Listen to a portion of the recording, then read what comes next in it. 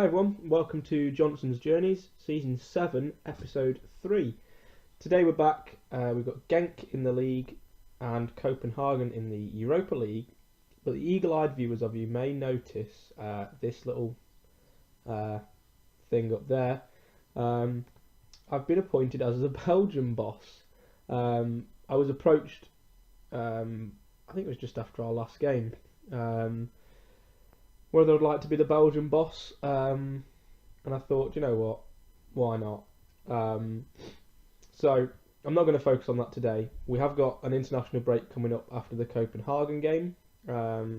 We've got games against Spain and England in the European International League, and then a friendly against England. So we'll cover all that next episode. Where has that gone? Why has that gone? Which was the Ghent and Panathinaikos games.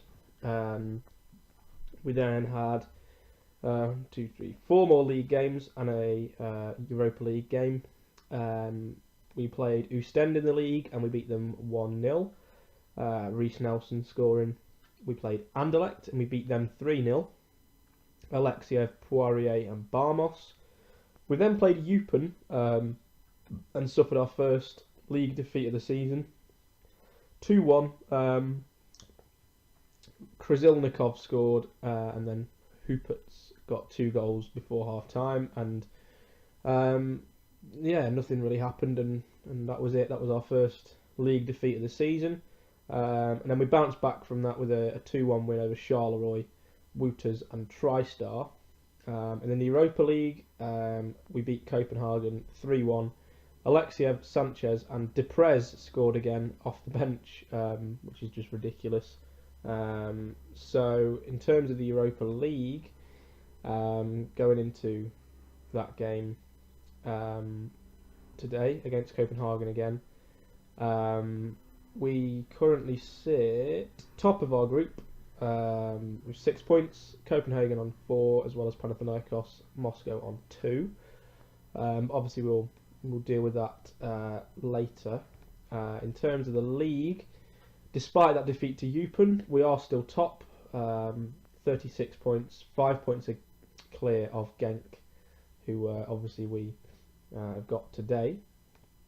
So let's have a look at the team.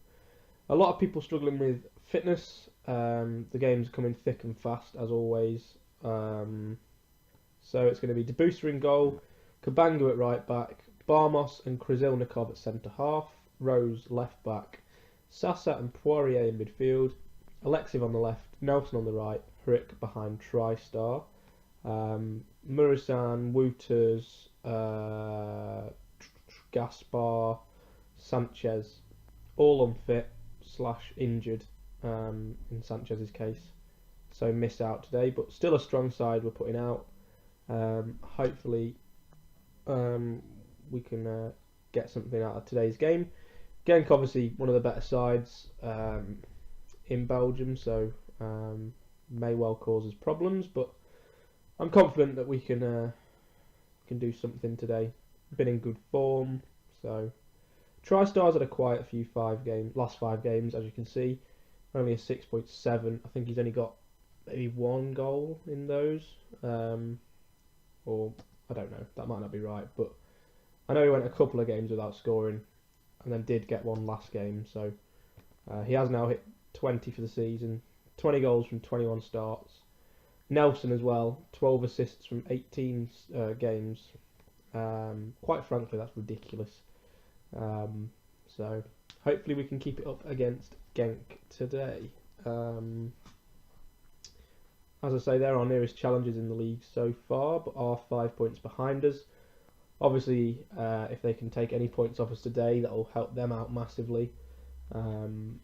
We are getting towards the halfway stage. Actually, this is the penultimate game of the first half of the season. Well, sort of third of the season, I guess.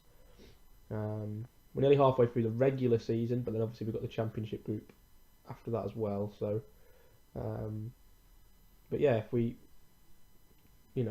only lost to Eupen so far, which is crazy. Poirier, Hrick, straight at Chichizola, a keeper who, again, is having another good season for Genk. A lot of clean sheets. I can see there from the table they've only lost twice so far this season. So they are having a good season. They're coming forward here, and that's hit the side netting from Pilar. Anderlecht as well, completing that top 3, which isn't really a surprise. Again, they've only lost twice, so they're not having a bad start either.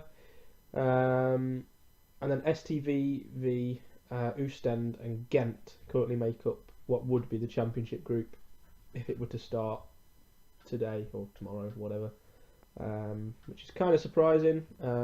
Standard, Antwerp seem like they're off the pace. OHL obviously were in there last year as well. They're not quite as close. But yeah, there's another half of the season to go yet, so anything can happen. We're into the second half. We've started the brightest. Oh, Barmos, what have you done? Oh, Christ, what was that? Barmos, for some reason, decided to try and head it back to the keeper from about 50 yards, and Pozuelo just tore in and slotted past Debusa. The early goal in the second half, that might just kill us, you know. Again, we're not having the best game so far. Nelson with the corner cleared, puts the ball back in. Traistar's there, and he makes it 1-1. Get in. There's the boy once again. Not a near post goal for once, which is interesting. I watched last episode back earlier. His 2 goals in the league game were pretty much identical. And apologies about the Panathinaikos game. If you have watched last episode, the recording sort of, I don't know, froze. You can still hear my commentary, but you can't actually see any of the game being played until the sort of 85th minute or something, and #spoiler. It all goes a bit crazy in the last 5 minutes, so it's good viewing, that last bit anyway. It's worth trying to battle through it, so we don't want to take Traistar off Alexiev. There we go. Just get a couple of tired people off. Sasa and Alexiev have played a lot of games already this season, so we'll get Hajdu and Cherney on respectively. The back 4 are looking tired, but why is Kabangu captain? What the hell? Our backup right back is currently captain in the side. I guess that's because Wouters isn't playing. He'd probably get it. But Krasilnikov's been absolutely done there, and oh, that's a great finish. Karelis. That was superb, quite frankly. Krasilnikov gets drawn out. Barmos has to come across, and I mean, it was a tight angle, but Karelis manages to get it in. I'm going to go attacking. Not been our game today. Is this one game too far? Is that the question? It would make it 1 win from 3, which isn't the best in the league, is it really? But oh, here we go. Cherney picks it up, run at him, don't lose the ball. Cherney to Rose, to Hrick, back to Cherney, into Poirier, into Hrick, into Traistar, and he loses out. That got a lucky break there, but Krasilnikov sweeps up, back to Rose, back to Hajdu, Cherney into Hrick. Come on then. Oh, he's tackled as well. Win it off him, come on. No, Karelis again has it. Barmos can't quite get it. Great ball, Karelis, Debusa saves. They're piling the pressure on. You have to say they've had the better of the game. We've had slightly more possession, but there's not a lot in it. They've had a lot more shots. Yeah, not very good. Genk, I don't know if we beat Genk very often. They are, as I say, one of the better sides. So it's not a massive surprise that we're losing against them, or have lost against them. As the full-time whistle blows. Yeah, no, I'm gonna I'm going to tell them that I wasn't very happy. Wow, Standard beat Charleroi 6-0. Right, well, we've only got a couple of days until the Copenhagen game, so it's going to be probably a heavily rotated side. I will join you again then. I'll see you shortly. For the Copenhagen Europa League game, as predicted, a few players still struggling with fitness and stuff. So it's Debussy in goal, Murasan's back in at right back, Barmos keeps his place, but Wouters comes in for Krasilnikov. Jean-Claude Willems plays at left back. Sasa and Poirier retain their places in midfield. Alexiev's on the left, Nelson's on the right. Dojcinic comes in the hole behind Traistar up front. Deprez is on the bench and will play at some point to keep up his record. I think he's played in every group game in the Europa League so far. Youngster Ayuch is also on the bench, as is Verstraete and Kevin Matthew. So a young focus for this Europa League campaign so far, but we seem to be doing pretty well. As I say, a win today would set us up for well, would leave it in our own hands basically to see if we can get through to the knockout rounds. Apparently we're underdogs today. I'm not sure how that works, but we'll see how we get on. That Genk game was quite disappointing, but in the grand scheme of things, it doesn't really matter. We're still top of the league, just about, and we're still top of this league as it stands. So it's been a great season so far. We just have to make sure that we don't lose too many more games, basically. The Eupen game I'm more annoyed about because we're far better than them, whereas Genk are, as I said, our closest challengers. So it's slightly disappointing in the fact that they make ground upon us, but you know, on their day they're a very, very good side, so no real complaints. Nearly had a chance there. Sasa nearly managing to score. He hasn't scored for ages now, since his hat-trick, I don't think, so that must have just been a weird little glitchy type thing. But yes, we need Traistar to start scoring hat-tricks again. That would be nice. And yeah, we're rocketing towards half-time. Panathinaikos have just taken the lead, I believe, in their game. They've now gone top. So we need to win, basically, to reclaim top spot. As there's a highlight just before half-time, and it involves Copenhagen coming forward. Barmos is now a little bit out of position, but nothing too major. Verbeek now coming inside, stop the shot. It's gone wide anyway, that's fine. I think we're just going to see it through to half-time. We are, and Lokomotiv Moscow have just equalised, I assume, against Panathinaikos. Yeah, they have, yeah.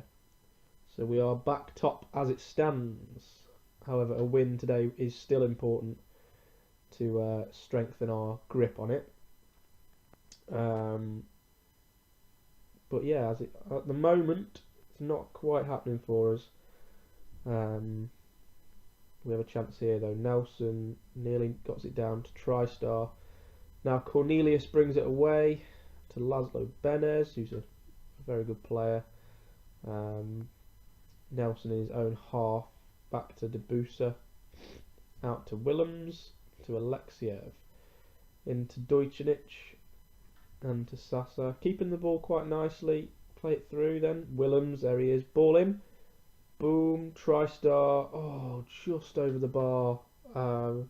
Great ball in from the young left back. Traistar just couldn't quite convert. Gonna make a change. Sasa is tired and booked, so Hajdu can come on for him. I'll also take off Alexiev, and we'll put Deprez on the right, and we'll bring Nelson over to the left.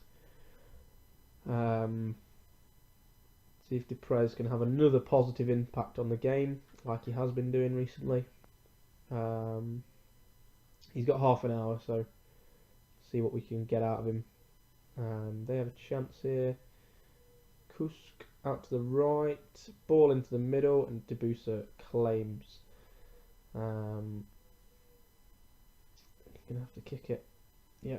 Dojcinic manages to get there. Fantastic from him. Traistar now wiggles his way through. Oh, what a goal that is! What a superb goal. That was fantastic. The initial flick on by Dojcinic was fantastic, and then Traistar manages to wiggle away from 4 of them and slot it past the keeper. That is fantastic. Sign of a great player, and that does indeed now take us 4 points clear of the top of Panathinaikos. That is. So if we were to beat them, I want to say we have the next game actually. Not sure though. Then that would see us comfortably through, hopefully. Debusa again with a long kick towards Traistar. Hajdu now has it. Dojcinic coming forward, but is tackled. Cornelius wins it, but Hajdu intercepts. Very good from him. Dojcinic again to Traistar, out to Poirier, to Deprez. Ball in, and it hits someone, falls to Poirier, and he smashes it in for 2-0. Superb. Great ball in from Deprez here. I think it hits Traistar and then falls to Poirier, who comfortably dispatches it. Traistar actually gets given the assist there. Don't know if he knew a lot about it, but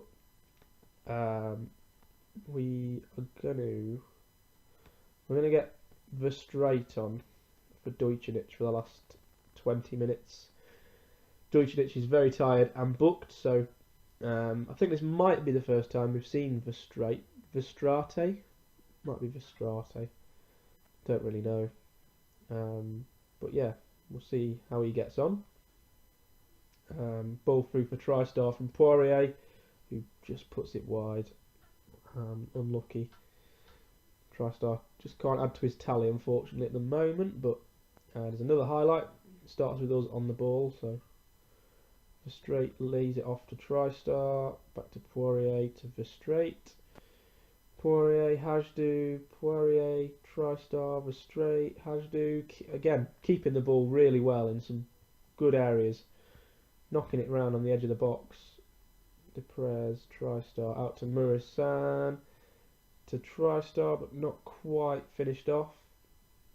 That was a great bit of play. Cornelius is through.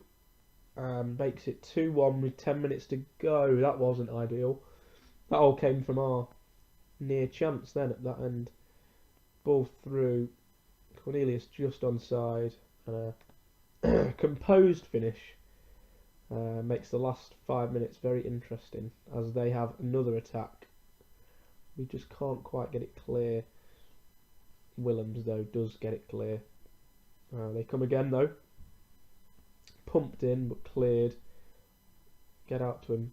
Ball across. Oh, Christ almighty. Stefan Skapovic makes it 2-2 with 5 minutes to go. Apparently he used to play for Club Brugge. I'm not aware of that. It's a great ball from Verbic, and Skapovic just gets in front of, well, he gets in the gap between Wouters and Debusa, and pops it in. And it looks like it's going to finish 2-2, which does definitely make the last 2 games very interesting. As I say this though, we've got a minute left. Well, no, about 10 seconds left. Traistar tries to feed it through, but not happening. And there is the full-time whistle. Moscow and Panathinaikos currently occupy the bottom 2 places, so they're going to be fighting for. Well, I mean, there's only 3 points between us and Panathinaikos, so this group is literally wide open going into the last 2 games. With that in mind, I'll probably bring you both of the last 2 games. I know I've skipped a few so far, but it's gonna hot up. Actually, that works out okay because we got the Belgian Cup game against Anderlecht coming up just after the next game, Lokomotiv Moscow. So the next episode will obviously be our first as Belgium manager for the Spain and England games. Then we'll be back for Moscow and Anderlecht, and then the game after will be our last Europa League game against Panathinaikos, and another game yet to decide. But yeah, okay. So thanks for watching. It's been slightly underwhelming episode. A defeat and a draw. Not quite what we were after, but yeah, not the end of the world. If you've enjoyed it anyway, drop a like on it. Subscribe to the channel if you want to see more. And we will see you again very, very soon.